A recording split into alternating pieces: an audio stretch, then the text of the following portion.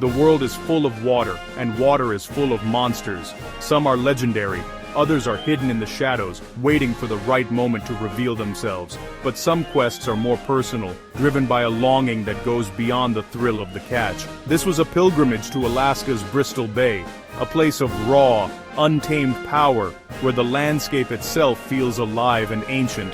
The mission, simple in words, daunting in reality, was to find and catch a giant Arctic char in its full spawning dress. This is a creature of fire and ice, painted in colors so vivid they defy belief, a living jewel forged by the extremes of the north. In mid-September, as the Alaskan wilderness prepares for winter's grip, the char gorge on salmon eggs, transforming into living flames. The rivers pulse with life, and every bend holds the promise of something extraordinary. My companions were Josh McFadden and Paul Nicoletti, the man who orchestrated this expedition. Together, we shared a sense of anticipation and camaraderie that only wild places can inspire. For us, this was more than a fishing trip. It was a pursuit of a natural wonder, a chance to witness a spectacle that few ever see up close. The Arctic char is a fish of extremes, ghostly silver in summer, a spectacle of orange and red in fall. Its transformation is a testament to the wild cycles of this land. To catch a trophy male in peak coloration was the ultimate prize, a goal that would demand patience, skill, and a bit of luck. Our base, Tikchik Narrows Lodge, was a gateway to adventure, flying out daily to rivers and lakes scattered across the vast Wood Tikchik State Park, a wilderness few have truly explored. This land, carved by glaciers over millennia, is a mosaic of turquoise water and emerald forests under snow-dusted peaks. Every view is a reminder of nature's artistry and power. The logistics were immense, the weather unpredictable, and the challenges many. But the reward was immeasurable, a chance to connect with something wild and pure. We were chasing a ghost, a fish that embodies the wild soul of Alaska, elusive and mysterious, always just out of reach. The journey ahead would test our skills, our resolve, and our willingness to embrace the unknown.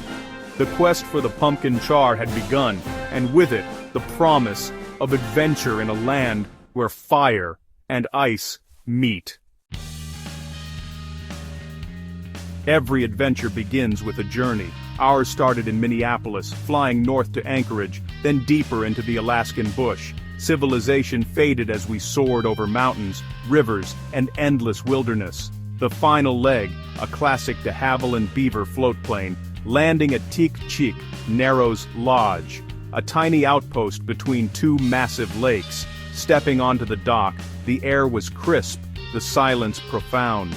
We were met by seasoned guides, Brendan, Zach, Tyler, gatekeepers to this wild world. Their quiet confidence was reassuring. They knew these waters and their secrets. Our gear was unloaded, cabins assigned, and as the sun dipped below the mountains, anticipation filled the air. The real journey was just beginning. Our first Alaskan morning dawned shrouded in thick, mysterious fog, grounding the floatplanes and forcing us to slow down and take in the wild silence. The world felt suspended, the only sounds the distant calls of loons and the gentle lap of water against the shore. We stood on the lakeshore, anticipation mixing with uncertainty, as the wilderness revealed itself in ghostly outlines. The guides quickly shifted to Plan B, fishing the Narrows, a stretch of river known as the Graveyard. Here, the banks were littered with the remains of spawned-out salmon, their bodies feeding the ecosystem and drawing in hungry Arctic char.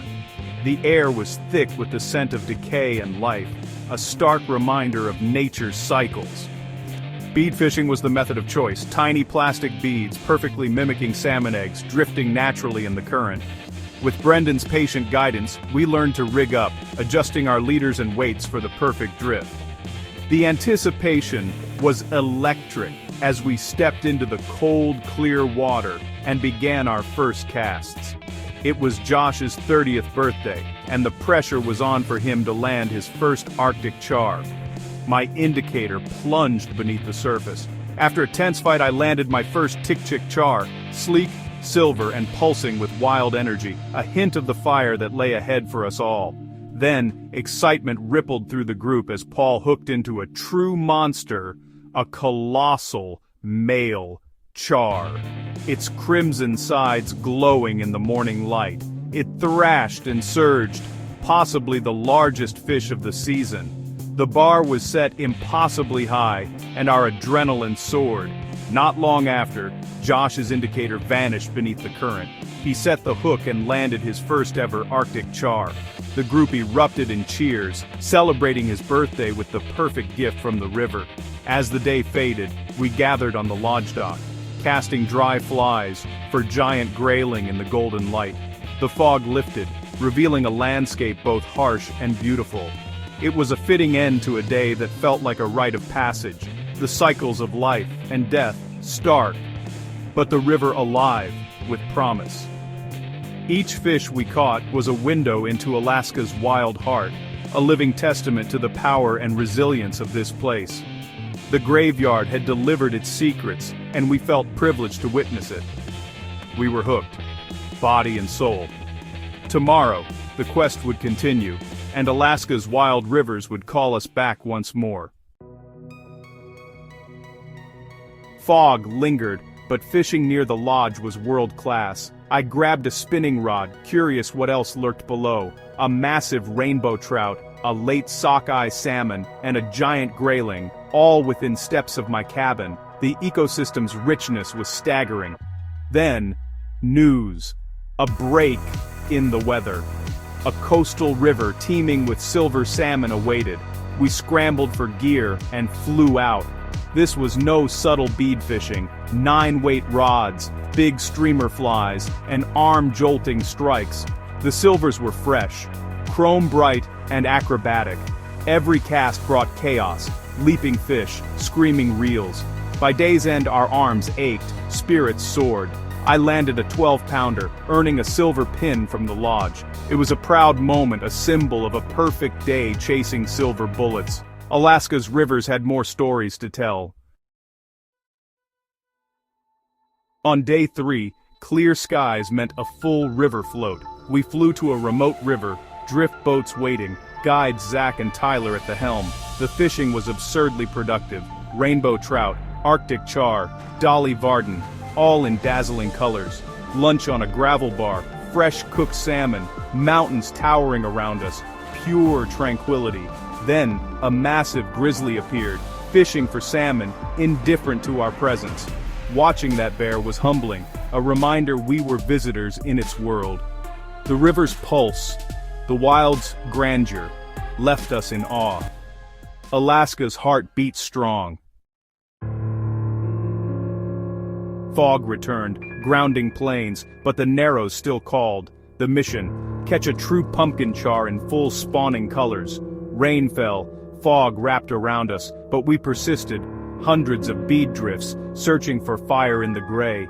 Each fish landed showed deeper oranges and reds. The spawn drawing near. We dialed in the right depth, weight, and bead color. A puzzle slowly solved. Then, Josh's indicator shot under. Battle on.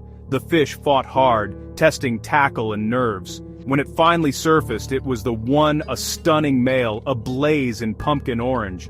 Josh earned his pin, a symbol of achievement and memory. The quest spirit was alive in that fish. Perseverance had paid off. The wild had rewarded us. The hunt was not over yet. With clear weather, we flew to the legendary Togiak River, home of the river donkeys, giant silver salmon. The flight over autumn tundra was breathtaking. Guides Caleb and Steve, living simply on the riverbank, welcomed us. Their knowledge was intimate. They knew where the big silvers held. Fishing here was next level, 9-weight rods, bone-jarring strikes, and heavyweight brawlers. Every hookup was chaos, a brutal tug-of-war. Late in the day, I hooked a true giant, a male coho, thick-shouldered, estimated at 15 pounds. Holding that fish was pure triumph, the reward for a wild journey. The Togiak had delivered its legend. Alaska's rivers had one more story to tell. The final day had arrived, the last chance for my own giant pumpkin char, the fish I'd dreamed about since first hearing stories of these legendary Alaskan rivers. We soared above endless spruce and winding water, flying to the pumpkin patch with hopes high and hearts pounding, anticipation thick in the crisp morning air. Early on, I hooked a heavy fish. This was it, the moment I'd been waiting for, adrenaline surging as the rod bowed under the weight. But heartbreak struck. The hook bent out and the fish was gone in a flash, leaving only a swirl and a crushing emptiness behind. Will, our guide, saw my disappointment and urged me on, reminding me that the river always offers another chance if you keep faith. I retied, hands shaking with nerves and hope, and cast again into the swirling current, determined not to let the moment slip away. An hour later, another freight train hit. This time, everything held. The fight was on, and I poured every ounce of focus into the battle. After a nerve-wracking, heart-pounding struggle, I finally landed a massive male, ablaze in crimson and orange, my pumpkin pinfish, more beautiful than I'd imagined. The feeling was redemption, not just triumph. A deep sense of gratitude and relief washing over me as I cradled the fish in the cold water. Later, casting streamers through the clear, rushing water, the big char attacked with fury, their power and aggression on full display. Just before leaving, I landed one more, a fire-engine red male, smashing the fly at my feet, a final gift from the river. That final fish, caught on a desperate last cast, was the perfect end to an unforgettable journey. The quest was complete, my dream realized. Alaska had given me everything I'd hoped for, and more. The wild beauty, the challenge, the heartbreak, and the redemption. The wild had left its mark on me forever, a memory etched deep in my soul. Our last night at Tikchik Narrows Lodge was a celebration. Hawaiian shirts in the Alaskan bush. The season's end brought laughter, stories, and camaraderie with the guides who'd become friends. Trophy pins were exchanged, each a token of wild memories. The party revealed the other side of those who make Tikchik run. Guides, conservationists, pilots, storytellers. Outside, under a billion stars, the journey's end felt profound. We'd come for a fish of fire and ice, but left with so much more. The pumpkin char was the prize, but the real trophy was the adventure. As our float plane lifted off the next morning, I knew a part of me would always remain in the heart of the wild.